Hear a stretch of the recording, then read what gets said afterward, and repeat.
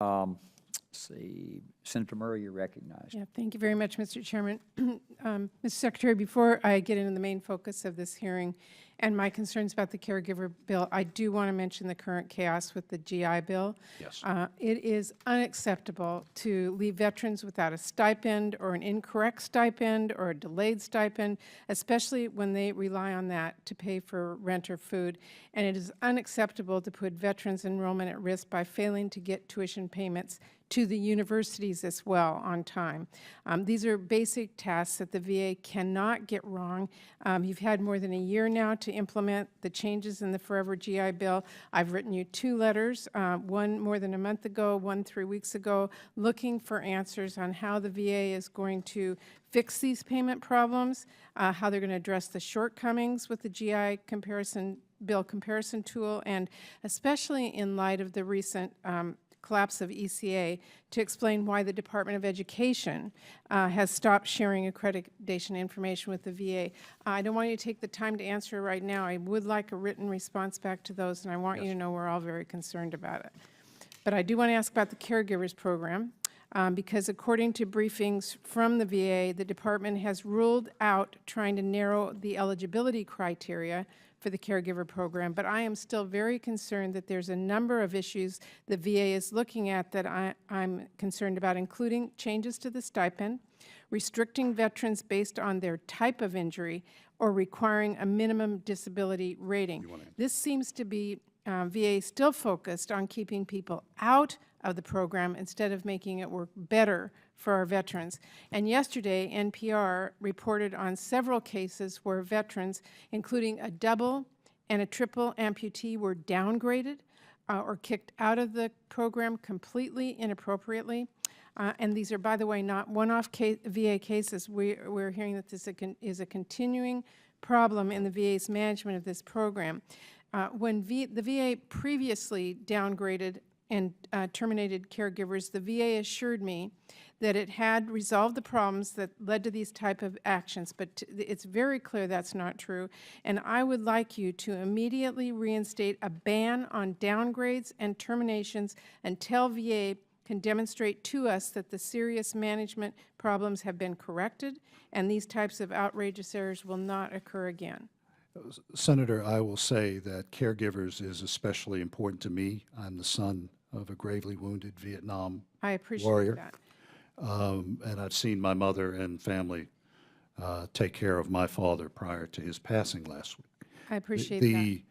Will you stories, reinstate the ban? yes. Will you reinstate the ban? I will. I'm not familiar with all the rules, but I will tell you that the National Public Radio story, that problem was corrected within 24 to 48 hours. Well, those are not isolated cases. We're hearing many of them. And those cases, is my understanding, have been corrected because of directives from this department that people were not reading the regulations properly.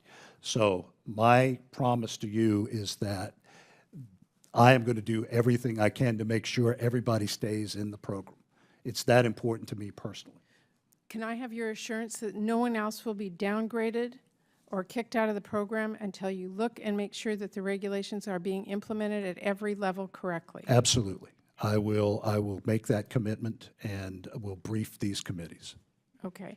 And also, and I won't have enough time, but I'd like you to get me what your guidance to the program office is and your guidance to the field on how this is being implemented so that we can see what you're telling your staff. Yep. Yes.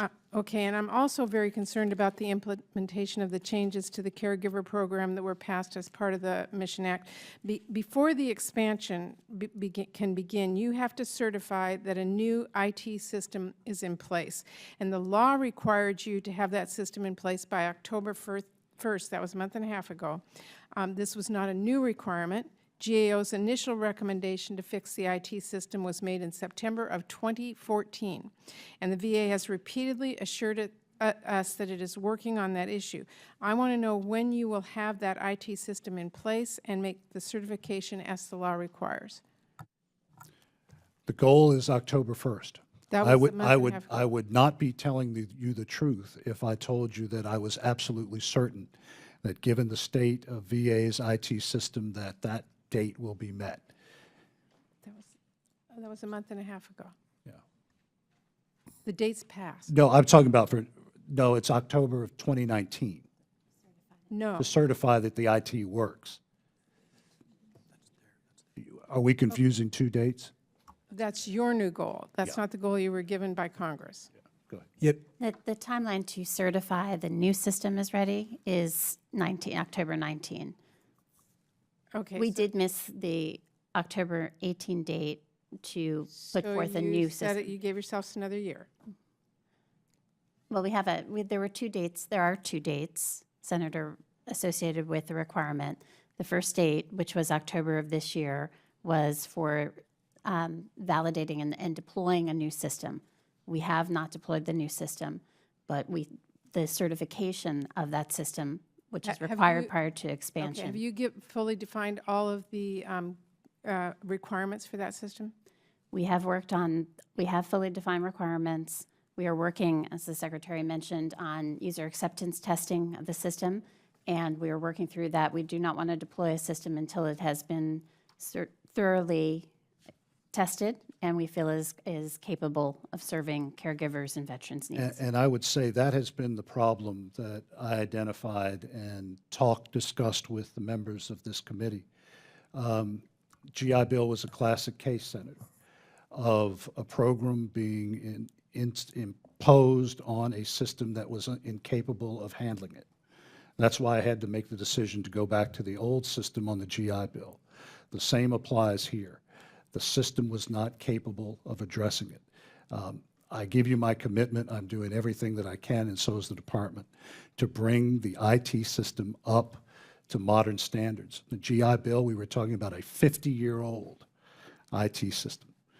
And it's not acceptable, but you have my commitment that we are working with the best minds we can find to make VA a modern healthcare administration and Well, Mr. benefits. Chairman, I know my time is out. I've been on this committee for more than 20 years, and I always hear we're not going to get an IT system because there's a problem. Every time it changes, every time there's problems. We have got to get this right. People are counting on it. I appreciate